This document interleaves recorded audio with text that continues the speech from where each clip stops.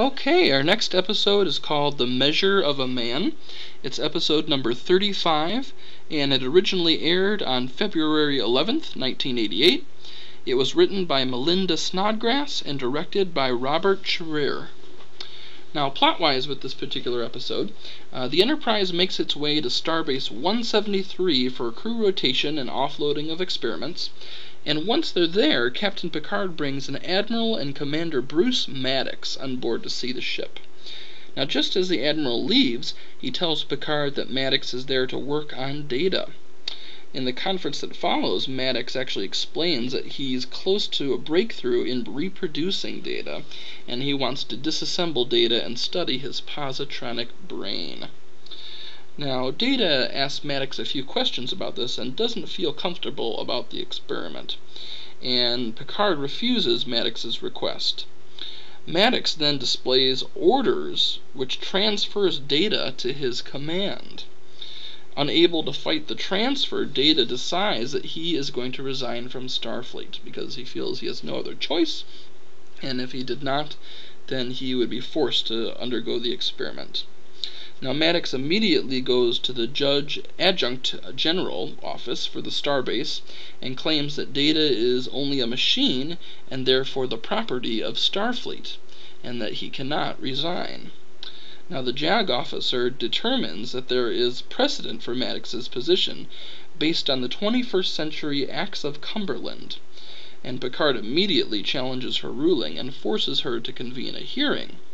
Now, because the JAG office is new and the staff is non-existent, they weren't prepared for this type of thing, Picard will defend Data, and Riker is appointed to argue for Maddox's position, which puts Riker in a difficult position, and he at first refuses this utterly, and it turns out that if he does refuse, then automatically the decision will be made for Data to become the property of Starfleet, so Riker has no choice but to accept this.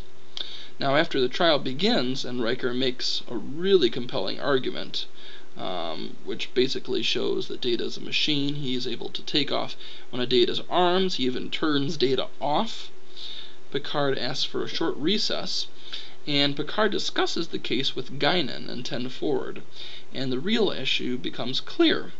Once Starfleet reproduces Data, it will have an army of disposable people, just like back in Earth's history when people considered African Americans as disposable by using them as slaves and really didn't care at all about their interests.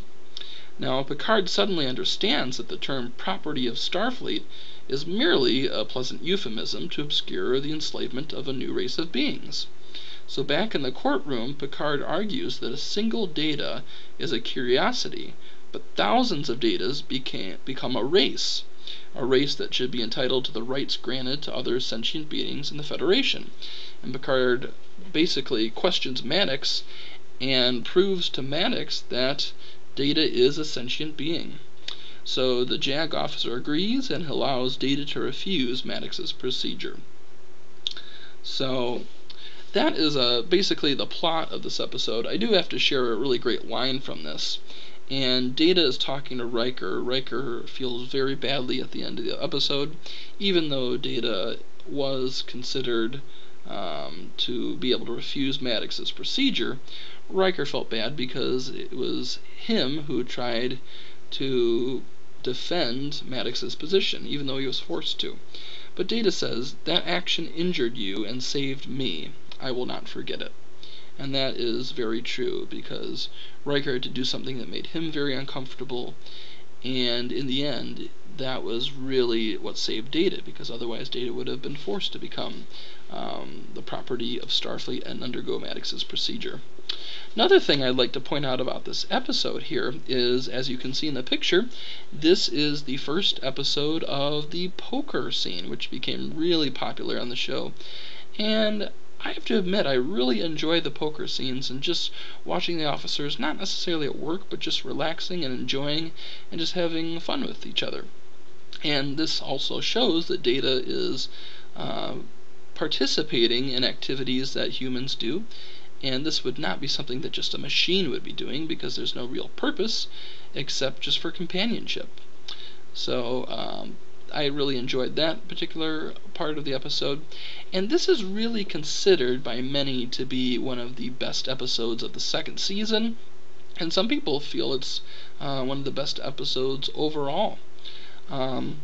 Melinda Snodgrass, who is actually one of the people who was the head writer of the show, as I had said before, she actually says that it's interesting that Measure of Man seems to be viewed as a Data script, but it's really a Picard script, because Data is the catalyst, but the stress is all on Picard, and that's very true. He even has to deal with the JAG officer, who he kind of had a love-hate relationship in the past with her when he was on his old ship. So this was another interesting dynamic that I felt was a part of this episode.